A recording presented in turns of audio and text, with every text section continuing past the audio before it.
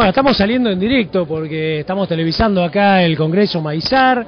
Estamos con Ernesto Agassi Sarasola, que fue ministro de Agricultura del Uruguay y fue uno de los que habló, uno de los expositores. Incluso nosotros tenemos una nota, pero esta va a ser una nota más de tono político, sobre todo porque vos fuiste miembro del movimiento Tupamaro. En su momento ustedes planteaban una revolución en el Uruguay y después, bueno, tuvieron, digamos, muchos de ustedes, inclusive vos, estuvieron presos, y sin embargo hicieron un cambio importante, y hoy uno mira a Uruguay como un país, pero en la avanzada en muchas cosas. ¿Por qué no nos contás un poco por dónde viene ese cambio?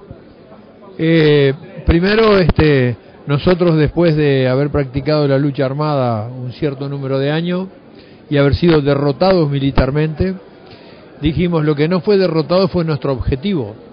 Así que hagamos un análisis de las prácticas políticas que hicimos, reformulémosla, y nuestra consigna fue: con el pueblo todo, sin el pueblo nada.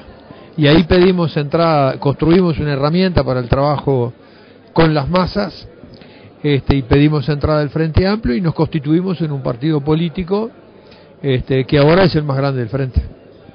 Tú sabes, Ernesto, que yo fui uno de los que cuando fue todo el tema del 2008 en la Argentina, este tema que fue bastante criticado, que fue este tema de retenciones, a mí me impresionó mucho el discurso en ese momento del presidente José Pepe Mujica, ¿no? Porque él le hicieron una nota así como esta, y él hablaba y uno lo escuchaba y decía, pues este hombre tiene una visión, digamos, importante de lo que es dar confianza, inversiones, nos quería traer las inversiones, diciendo, vénganse al Uruguay, que acá no van a tener ningún tipo de problema.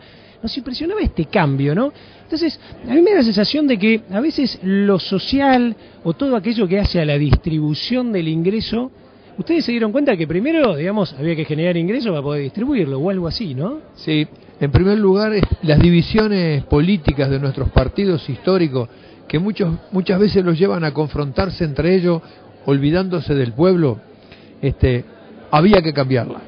En realidad, de las crisis que tuvo el Uruguay y los problemas después del siglo XXI, la crisis que tuvimos en el 2002, nuestro pueblo, una gran decisión que tomó fue politizar esa crisis.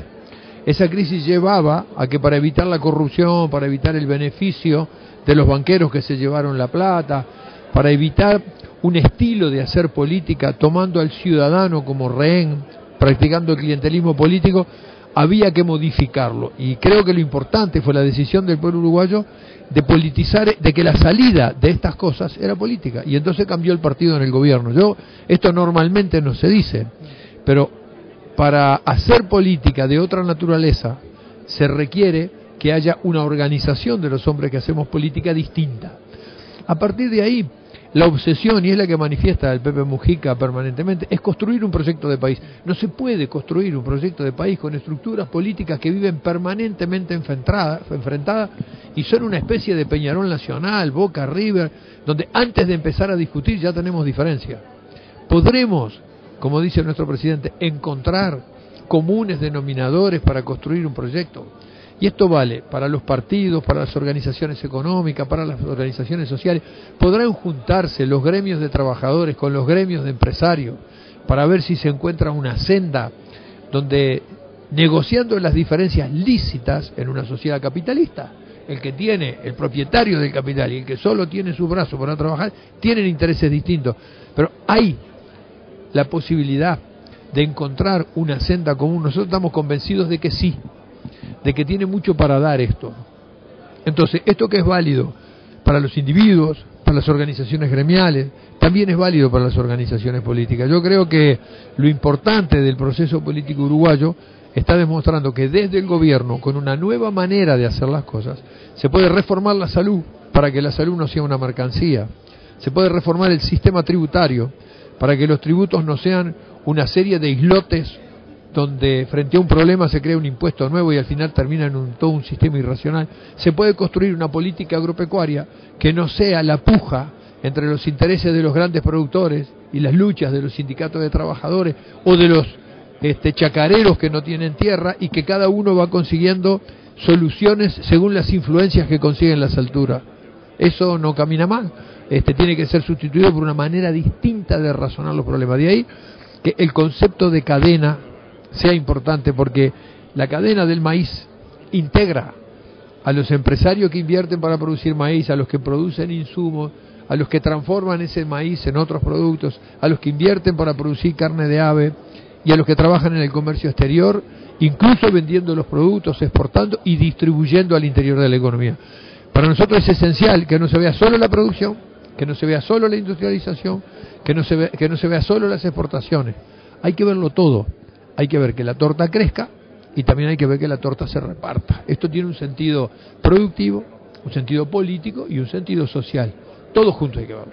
Te hago la última y tiene que ver cómo piensa la juventud que tiene ganas de hacer política, esa juventud que así como ustedes en los 60 de alguna manera vieron en las armas un camino. Tengo entendido que el Che habló en la Universidad de la República, ¿no? Y les dijo, miren, acá no hay camino para la guerrilla, les dijo en un momento, por lo menos para la lucha armada, ¿no? Pero ustedes cómo le transmiten a la juventud, van generando una segunda fila que piense así con estos códigos, que tome Marx para algunas cosas, pero que también de alguna manera tome a otros pensadores, no sé, Michael Porter, que habla tanto de cadena, de Harvard. La juventud va a encontrar su camino, no se lo vamos a indicar nosotros, así como a nosotros no nos indicó nadie el camino, ni siquiera el Che, el camino que teníamos que tomar. Creo que la juventud ni siquiera está muy interesada en la política. Hoy tenemos una sociedad que está más comunicada que nunca y que muchas veces está menos informada que nunca también. Eso es lo que los jóvenes tienen que solucionar, los caminos de construir una sociedad diferente.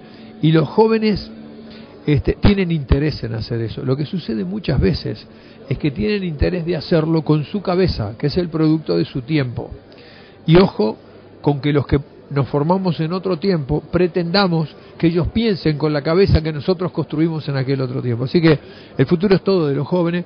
Hoy incluso hasta en el proceso del Frente Amplio, que es un proceso nuevo, que es un proceso muy limpio, muy progresista, yo diría, los jóvenes están manifestando ciertos niveles de desconformidad, porque dicen que las decisiones no las tomamos entre todos, porque ellos también quieren participar, y bueno, estamos siendo sensibles con esto, y estamos definiendo que como estrategia del Frente Amplio, en realidad los cambios no son para la gente, sino que son con la gente, lo cual es una cosa diferente, y esto nos lleva a veces hasta revisar los trabajos de los clásicos, que la práctica política muchas veces los ha desvirtuado.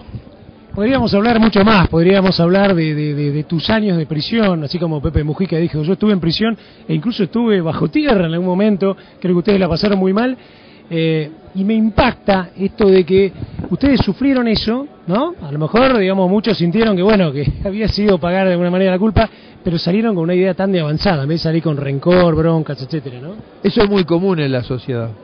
Hay trabajadores que pasaron toda una vida construyéndose un sindicato, que dejaron el tiempo propio en aras de un bien común.